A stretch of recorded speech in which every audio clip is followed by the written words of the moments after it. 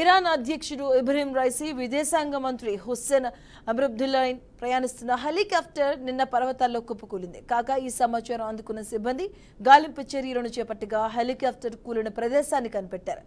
ఈ ప్రమాదంలో ఒక్కరు కూడా ప్రాణాలతో లేరని, అధ్యక్షుడు ఇబ్రహీం రైసీతో పాటే విదేశాంగ మంత్రి కూడా ప్రాణాలు కోల్పోయినట్లు ఆ దేశ జాతీయ మీడియా స్పష్టం చేసింది. కాగా హెలికాప్టర్ కూలిన ప్రదేశంలో వాతావరణం దారుణంగా ఉండటంతో ఈ ప్రమాదం చోటు చేసుకున్నట్లు తెలిపారు. 2021 ఇరాన్ అధ్యక్ష ఎన్నికల్లో గెలుపొందిన ఆయన ఇస్లామిక్ చట్టాలను అమలు చేయడంలో కఠినంగా వ్యవహరించారు. ఇరాన్ను అణ్యస్త్ర దేశంగా మారుస్తానని పదే పదే చెప్పేవారు. అలాగే ఆయన ప్రభుత్వ హయాంలో ప్రభుత్వ వ్యతిరేక నిరసనలు ఉక్కుపాదంతో అణచివేసేవారు. కాగా ఆయన అజర్బైజాన్ దేశ పర్యటన ముగించుకుని ఇరాన్ తిరిగి వస్తూ ఉండగా ఈ ప్రమాదం చోటు చేసుకుంది.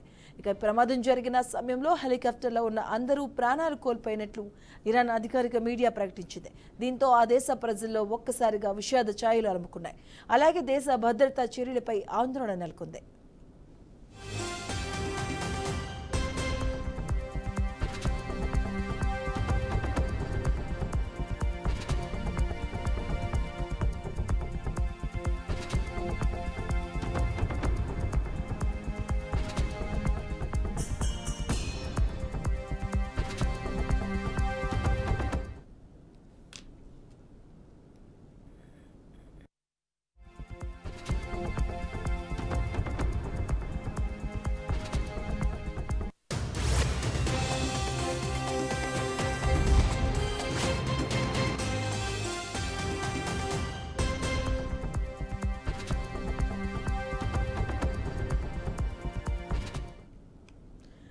ఇరాన్ అధ్యక్షుడు ఇబ్రహీం రైసీ విదేశాంగ మంత్రి హుస్సేన్ కూడా ప్రయాణిస్తున్న హెలికాప్టర్ నిన్న పర్వత శ్రేణుల్లో కుప్పకూలింది. కాగా ఈ సమాచారం అందుకున్న సిబ్బంది గాలింపు చర్యలను చేపట్టగా హెలికాప్టర్ కూలిన ప్రదేశాన్ని కనిపెట్టారు.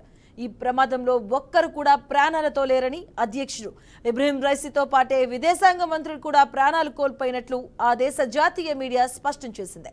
కాగా హెలికాప్టర్ కూలిన ప్రదేశంలో వాతావరణం దారుణంగా ఉండటంతో ఈ ప్రమాదం చోటు చేసుకున్నట్లుగా తెలిపారు.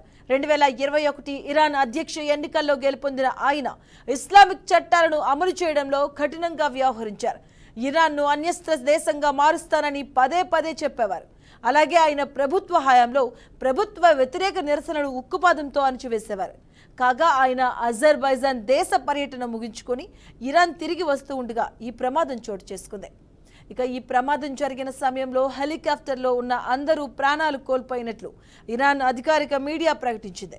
దీంతో ఆ దేశ ప్రజల్లో ఒక్కసారిగా విషాద ఛాయలు అలుముకున్నాయి. అలాగే దేశ భద్రతా చర్యలపై ఆందోళన నెలకొంది.